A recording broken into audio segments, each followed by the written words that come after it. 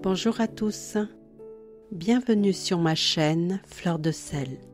L'histoire que je m'apprête à vous lire, c'est La cuillère d'Aminata, illustrée par Céline Arnicot.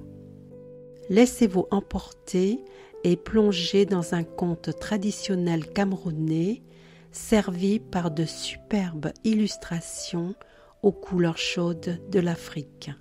Bonne écoute.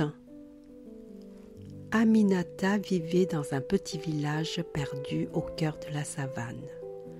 Depuis que sa mère était morte en la mettant au monde, son père avait pris une nouvelle épouse prénommée Menka. Cette femme avait elle-même une fille du même âge qu'Aminata qui s'appelait Noaga. Aminata était le souffre-douleur de Menka la marâtre. Celle-ci lui ordonnait sans répit de nettoyer la case, d'aller chercher de l'eau à la rivière, qui était à 2000 pas, et de ramasser du bois dans la forêt sombre en bordure du logis. La petite fille s'exécutait sans une plainte, sans une larme. Un jour qu'elle lavait la vaisselle à la rivière, une cuillère de bois lui échappa des mains et fut emportée par le courant. Aminata suivit longtemps le cours de l'eau pour tenter de la rattraper, en vain. Elle s'en retourna chez elle, le cœur serré. Apprenant qu'Aminata avait perdu la cuillère de bois, Menka la marâtre entra dans une colère terrible. « Retrouve cette cuillère ou ne reviens jamais !» hurla-t-elle à la pauvre enfant.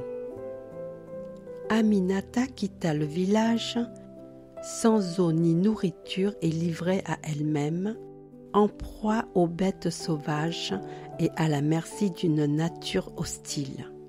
Ne sachant où aller, elle marcha au hasard, au gré du vent, avec pour seule nourriture quelques baies trouvées sur son chemin. Elle chemina ainsi des heures durant, quand soudain, elle s'arrêta net. Un grand lion était assis là, majestueux, à quelques pas d'elle. Il s'approcha doucement, l'effleurant de sa crinière couleur de feu. La savane se figea. Le lion regardait Aminata. Aminata regardait le lion. Enfin, le fauve se redressa et se mit en route. Aminata le suivit. Ils marchèrent longtemps ainsi, le lion devant, Aminata dans ses traces, et arrivèrent devant une petite case sale et délabrée. Là, le lion s'allongea dans les herbes hautes.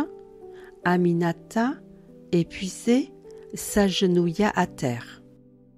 C'est alors qu'elle vit apparaître, sur le seuil de la case, une vieille femme fatiguée, aux habits couverts de poussière.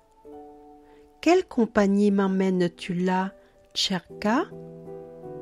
demanda la vieille au lion, laissant apparaître les deux seules dents qui lui restaient.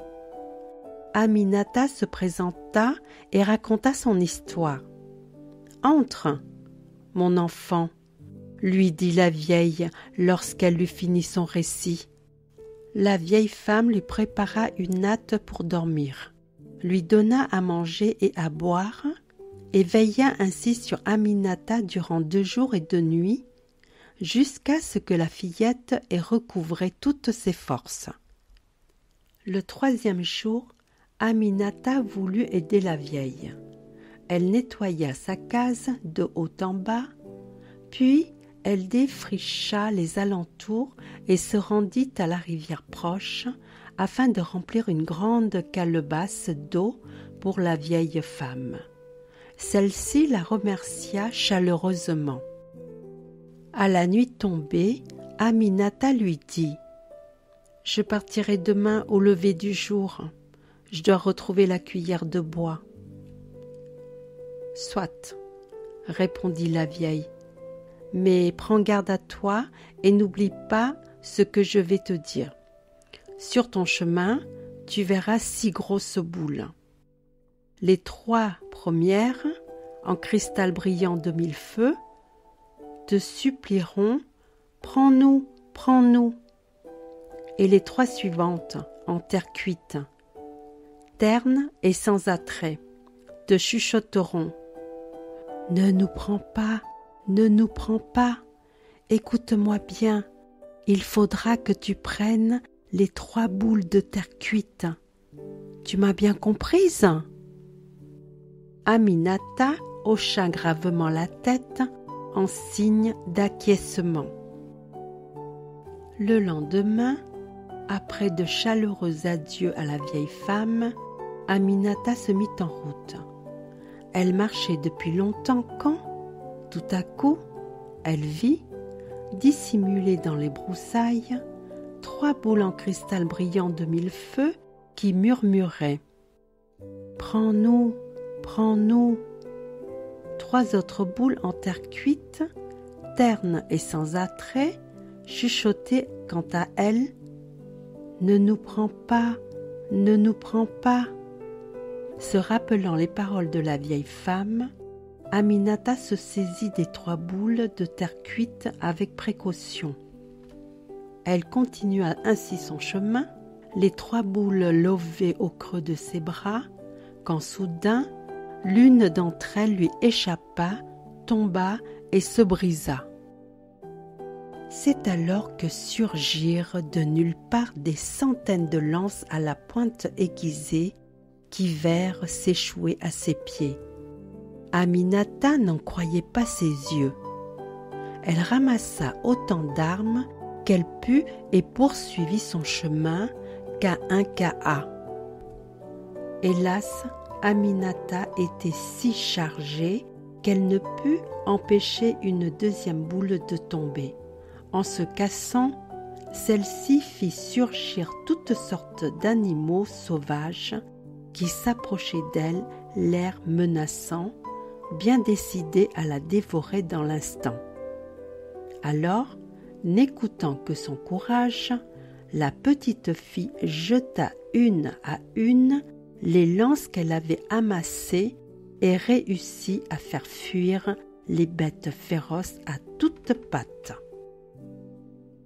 Sortie victorieuse de son combat, Aminata pensa alors au désespoir dans lequel son père devait être depuis son départ. Elle pressa le pas et, dans sa hâte, laissa échapper la dernière boule qui tomba et se brisa d'un coup sec. À sa grande surprise, elle vit surgir devant elle une grande et belle case. Émerveillée, Aminata entra dans la magnifique demeure. À l'intérieur, tout n'était que charme et douceur.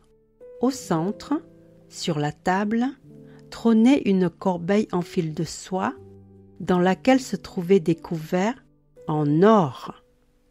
Sans plus attendre, Aminata se saisit d'une cuillère et se mit à courir à toutes jambes vers son logis.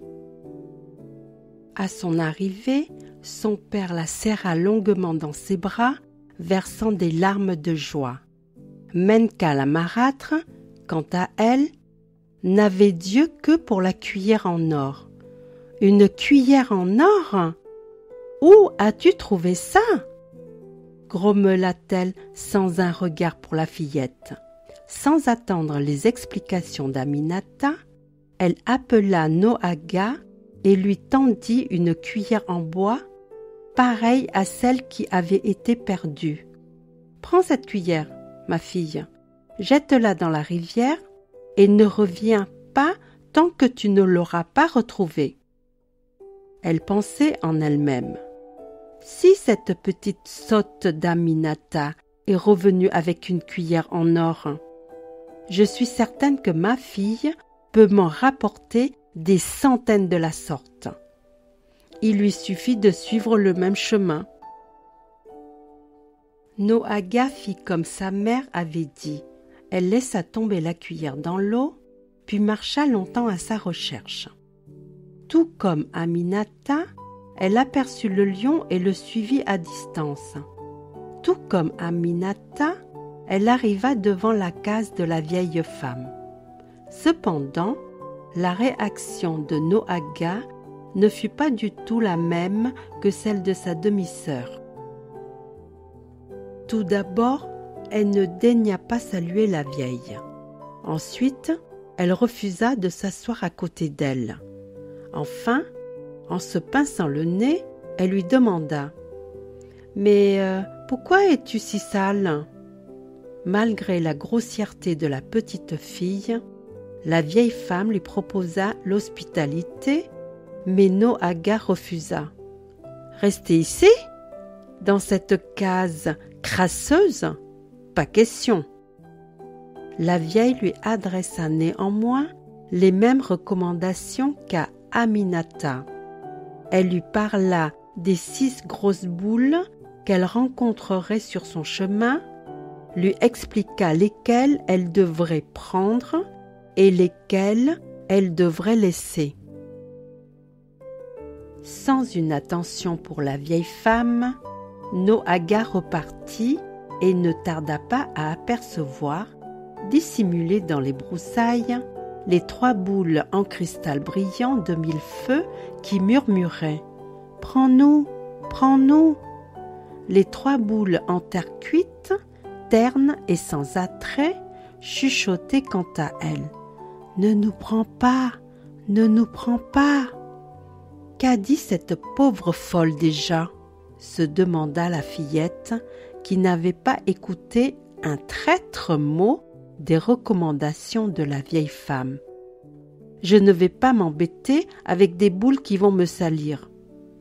Et elle ramassa les 3 boules en cristal. Alors, ce qui devait arriver arriva. L'une d'elles tomba et se brisa, libérant tous les animaux sauvages qu'Aminata avait combattus. Ils se jetèrent férocement sur Noaga et la dévorèrent. Pendant ce temps, Aminata et son père avaient quitté la case familiale pour s'installer dans celle, somptueuse, que la 3e boule d'Aminata avait fait surgir. Ces deux-là coulaient dorénavant des jours heureux, sans ombre à leur bonheur. L'aventure d'Aminata avait fait réaliser à son père combien sa nouvelle femme était mauvaise et jalouse. Il lui avait donc interdit de les suivre. Menka la marâtre attendait seule le retour de Noaga. Son inquiétude grandissait à mesure que le temps passait. Au bout de 7 jours, ne la voyant toujours pas revenir, elle réalisa que sa fille était certainement morte par sa faute.